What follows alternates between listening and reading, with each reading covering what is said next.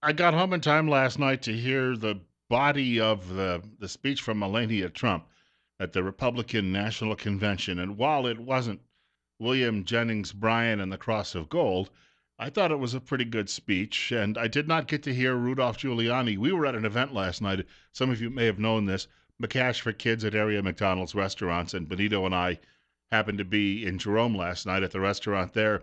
Left there shortly after 8 o'clock, and we got home probably closer to 8:30 or so. And Giuliani's speech we noticed had been on the television set at the restaurant, but we couldn't hear it. I got to hear that this morning, which I thought was a phenomenal speech. And I'm not a huge Rudolph Giuliani fan, but I thought he did a wonderful had a wonderful performance last night. And I'm not knocking what the Melania Trump did either as well. But this morning I got out of bed and turned on the television, and there all of the liberal yammerers were going on and on about how Melania Trump she plagiarized Michelle Obama's speech. Look, folks, when I was a kid, my parents told me that I would succeed in life if I worked hard, studied hard, and kept my nose clean. So if I go out next week and I'm giving a speech and I say my parents told me growing up that hard work and dedication were the way to success, you're probably thinking, well, mom and dad told me the same thing. And were they all plagiarizing each other? I don't think so. I think that they were just telling us a truism, or at least what they viewed to be a truism. So this morning, what Fox News Channel has done is tried to take some of the Melania Trump speech and set it side by side with some of the comments by Michelle Obama. Now, a lot of these comments I think are simply just innocuous from both women, which gets back to this issue of plagiarism. But I want you to take a listen to this first clip for a moment, and maybe you can be the judge on your own. It's 8 minutes after 8 o'clock. Bill Colley with you on Top Story on News Radio 1310, KLIX, and newsradio1310.com. Currently, well, I'm going to call it 63. I'm looking at my bifocals are not cooperating here. But this is Melania Trump and Michelle Obama from some years back. We want our children in this nation to know that the only limit to your achievements is the strength of your dreams and your willingness to work for them. We want our children and all children in this nation to know that the only limit to the height of your achievements is the reach of your dreams and your willingness to work hard for them. I don't know. Hillary Clinton said she used to channel Eleanor Roosevelt. So basically, they're saying the same thing. But these are bromides. These are common in politics. They're thrown around by all sorts of people in politics. Frequently, everybody in politics on the national stage talks in that language. To call it plagiarism is a little ridiculous. To call it sometimes maybe a boring turn of words might be a better description. But this is more. This is more of the comparison put together by Fox News. My parents impressed on me the values that you work hard for what you want in life, that your word is your bond, and you do what you say and keep your promise, that you treat people with respect. You work hard for what you want in life, that your word is your bond, that you do what you say you're going to do, that you treat people with dignity and respect. Tempest in a teapot. Also this morning at Drudge, there is a story that way back in 2008, Mr. Obama was accused, briefly, not by any of his fellow travelers in liberal media, but briefly accused of plagiarizing a speech by the then black governor of Massachusetts, Deval Patrick. I guess media thought, well, people of color are cool, and so therefore they can get away with it. And gee willikers, they have a shared experience as well as a color. That can't be plagiarism. But it just shows you in politics what works gets used over and over and over again. Telephone number, if you'd like to reach our program today, 736-0300, 736-0300. You're listening to Top Story on News Radio 1310 KLIX and newsradio1310.com, and you're on the air. Good morning, Bill. Because of all of this, I guess I need to apologize to you because there's been a few times I've used the words you've used, so I must plagiarize you. And, this plagiarism system and everybody saying, oh, well, I used that note in a music deal. I used that word in a talk. They're words. We've all used them, and we've all heard them. I mean, I'm a 1961 model, so I've heard that my whole life. And if I failed, my parents said it's because I felt. No Was one else felt for me. I felt. was it King Solomon who said there's nothing new under the sun? Well, it's just a repeat. Music, you hear music. How often do you hear the same notes in every music? Should we sue every person that uses that and say we're plagiarizing them? Well, I don't think so. I think it's just kind of ridiculous. There's only so many notes, and there's only, 26 letters in the language. Sooner or later, you're going to use something that someone else has used before. Well, at this point, Bill, because of all this, I guess your radio station should be silent, and no one should ever talk because all those words and combinations have been used before. All I can tell you is that if you go down to the library and you lift somebody's a chapter from somebody's book and stick it in your own book and call it your own, the intentional act makes that plagiarism.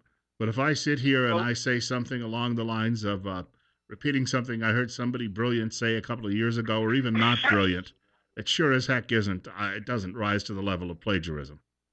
Well, like I said, I plagiarize a lot of stuff that you do too, and every once in a while on Facebook, I copy and paste. So I guess that's plagiarism too. Thank you much for the call this morning. Today we are all plagiarists. You're next. You're on the air with Bill Colley on KLIX. Yeah, that's plagiarism. By the way, she also claimed to be a college graduate. No, she dropped out. She never graduated. So, all right, we're going to put that under the rug. You know that. I don't understand the word you're saying. I'm going to tell you an advice. Look at her, but don't listen to her. I don't understand. Did anyone understand at all what that fellow had to say? How does he have any success in life?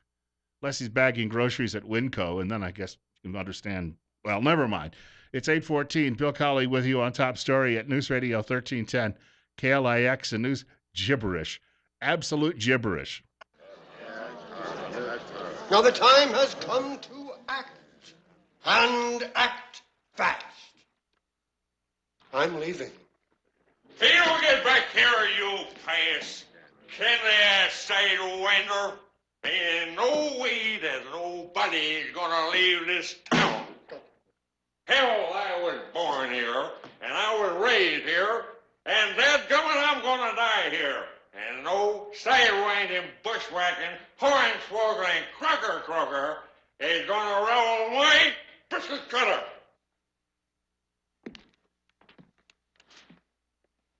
Now, who can argue with that? Rub it. I think we're all indebted to Gabby Johnson for clearly stating what needed to be said. I'm particularly glad that these lovely children were here today to hear that speech. Not only was it authentic frontier gibberish, it expressed a courage little seen in this day and age. Yes, we've had a lot of gibberish phoned into the radio station some days. Bill Colley with you on Top Story on News Radio 1310, KLIX and newsradio1310.com. It's 8:15. It's 64 right now. Latest polls out show Trump is closing the deal when it comes to actually closing the polls. He has opened up a huge lead among independent voters as well. Apparently, people are starting to look at Hillary Clinton, and they're getting the same impression the rest of us have. What do you call a female dog, by the way? 736-0300, 736-0300. There were a lot of fine remarks at this convention last night. One of those also came from Sheriff David Clark. We heard a couple of clips from him yesterday. He's from Milwaukee County, Wisconsin. I was looking, and, I have a little theory here. No, I'll not call it a theory. I'll call it a label. This is the Fox News Convention. Most of the people you're seeing who will be speaking are regulars on the Fox News channel, which shows you perhaps just how much that network has come to dominate Republican Party politics in this country. But this is Sheriff Clark, and he's explaining why he backs Donald Trump. Donald Trump is the steadfast leader our nation needs. He has spoken passionately to me of his belief in our American system of justice, and he speaks to the values that are at the foundation of our social contract. Ladies and gentlemen, I would like to make something very clear. Blue lives matter in America. That has angered a great many on the American left. This morning I was looking through Real Clear Politics website, and there is a liberal writer who says Republicans are taking advantage of recent tragedies in this country. What? What are they supposed to do? Say nothing? Are we supposed to ignore what has transpired over the last couple of weeks? We're looking at police shootings, 5 dead in Dallas, 3 dead in Louisiana, and then there have been multiple shootings around the country of police officers as well. So we're looking at something along the lines of a dozen dead in the last couple of weeks. You're taking advantage of that by calling attention to it. Clearly, if police officers are dying execution style in large numbers in the streets, that is a failure of current government. Therefore, the party in opposition, that would be in opposition to the party in the White House, will bring that to the public's attention. This is not taking advantage of a situation. This is trying to offer a solution. This country is right now on the verge of a meltdown, on the verge of civil war. We'll have riots next, and from riots you move to civil war. And to sit here and say people are taking advantage of it by calling the public's attention to it, you liberals out there are whistling past the graveyard. That's all I can say about that. It has been a rather fascinating couple of days as they get started in Cleveland. This is Representative Steve King defending Western civilization on MSDNC, and listen to how angry the liberals get when he does it. And I'd ask you to go back through history and figure out where are these contributions that have been made by these other categories of people that you're talking about.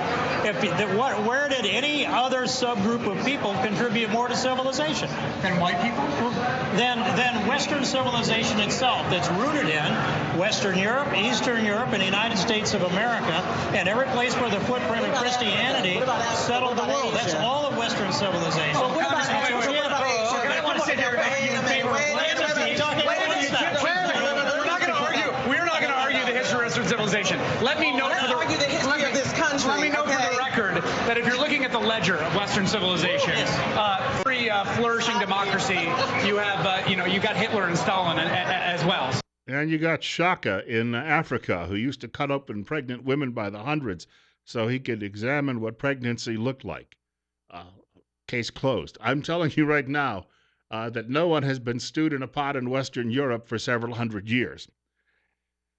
All King did was respond. There was some guy with some sort of Leninist beard who was sitting there, one of your liberal college professors on the set.